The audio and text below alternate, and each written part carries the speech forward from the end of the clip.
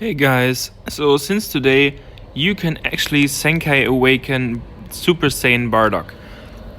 So I wondered, is it worth it? Is he really that good to use 1 to 7,000 crystals on a Zenkai Awakening? So basically, either you can awaken him by just going here to the summons tab and just spend all those 7,000 crystals to get him to Zenkai 7, or you can actually now buy these missions right here if you do not have him at a very high star level, because those missions will grant you 3,000 normal C power and about 1,200 awakening power. So you will have him Zenkai 1 and at least at 6 stars, so that makes, oh no, it's 7 stars, it's 7 stars I think. So you can actually awaken him just for 2,000 crystals, but I would only recommend you doing that if you do not have him at about, let's say, you should only do that if you not have him at 6 stars or something. If you have him like 2 stars to 4 or 5 stars, you can actually try and do that for those 2,000 crystals, but besides that you should mainly go for the regular Zenkai summoning. But actually I wondered, is it worth it? Because I really like that unit, but I still think, should I use all those crystals to get him to Zenkai 7? So let's check his kit now. And basically he has, of course, very high stats. I mean, I have him at 14 stars, but then again, all those Zenkai 7 units have very high stats. He has great strike attack, blast attack, strike defense, blast defense. He has great critical. And yeah, so basically those stats are very good, but they're like, he's good, he's very solid, he has great stats for a Zenkai unit, but he's not exceptional at anything here. So we check his cards. What I like about his green card, that he restores 10 health every time he uses a green card, and he cancels the own attribute downgrades. That's pretty cool, in my opinion. Also, here on his ultimate, he restores 60 ki, and he restores the Vanishing Gouge by 100%. So that's pretty cool. That could actually change the tides in a tight match, and you can actually catch your opponent by surprise, because I can't remember ultimate that restores Vanishing Gouge by 100%, so that's a cool gimmick they added here. Yeah, nothing out of the ordinary here. Yeah, sad thing is that when using the main ability, he's not getting any health back, and he's not getting ki directly, only after using the ultimate.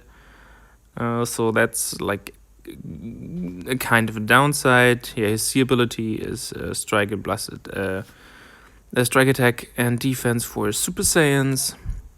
Then what he's basically now famous for is his Zenkai ability that buffs blue Saiyans. So that includes LF Goku, Angry Namek Goku, LF Vegeta Blue, LF Majin Vegeta. Yes, so there are many powerful blue units. One of them actually, one of the LF units is actually a Super Saiyan as well. Nameku, if you transform him, so he's very powerful with this Bardock. He can be very powerful. Yeah, so let's check his unique abilities. So it applies the effect when this character enters the battlefield if this is attack Super Saiyan. Yeah, so basically if you have a Super Saiyan character in your team, his strike arts cost and blast arts cost is constantly lowered. Faster ki recovery. I think that's like the usual, but like boosted in some ways. Then his support kit.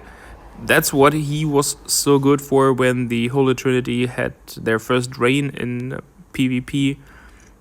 That he buffs those Super Saiyans with damage inflicted critical buffs for 15 timer counts. And actually here 20 timer counts for regular damage inflicted. So that's pretty cool.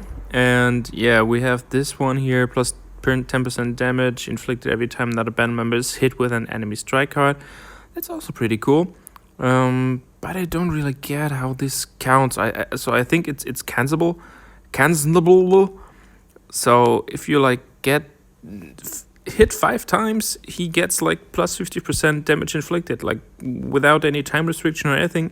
That's pretty cool. But nowadays there are so many units that cancel buffs that you have to be careful with that. But again, you can just do it again. It's no time limitation. It's not like, oh, you could do that once per match. No, it's like all the time. If it get cancelled, okay, then switch him out and let another unit get hit, okay? And okay, here his last ability is like, he reduces damage received by 20% when this character has battlefield. That's cool. Plays the following effect after 50 timer count. So basically that makes him a later game or mid-game character. They get 30 damage inflicted, cannot be cancelled. That's pretty good. All those effects cannot be cancelled. Increases card draw speed and health restoration, which is also pretty cool. So you basically get 13% heal if you use a green card. Yeah.